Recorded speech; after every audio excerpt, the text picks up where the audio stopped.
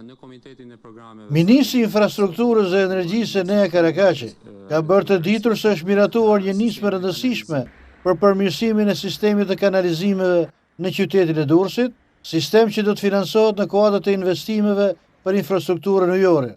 Në një deklaratë mediatike, Karakaçi është shprehur se projekti është miratuar në mbledhjen e Komitetit Planifikimi Strategjik dhe synon ndërtimin dhe përmirësimin e sistemit të kanalizimeve në 3 zona të rëndësishme të qytetit, në Spital, Porto Romano dhe Shkozet.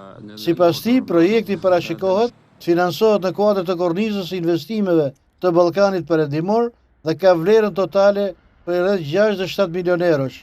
Nga kjo shumë, rreth 47.7 milion euro pritet të sigurohen në formën e grantit. Ministri thekson se projekti realizohet me mbështetjen e Agjencisë Franceze të Zhvillimit në kuadër të 2 marrëveshjeve ndërqeveritare mes qeverisë dhe Francës. Në Komitetin e Programeve Strategjike sot u miratua një nisëm shumë le të themi e rëndësishme, sistemin e kanalizimeve për qytetin e Durrësit dhe konkretisht për 3 zona, në Spital, dhe në Porto Romano dhe në Shkozet. Kjo është një aplikim që do bëhet në kornizën e investimeve të Ballkanit Perëndimor, ka një vlerë rreth 67 milion euro, nga të cilët nëse përfitohet ka rreth 47.7 milion euro grant.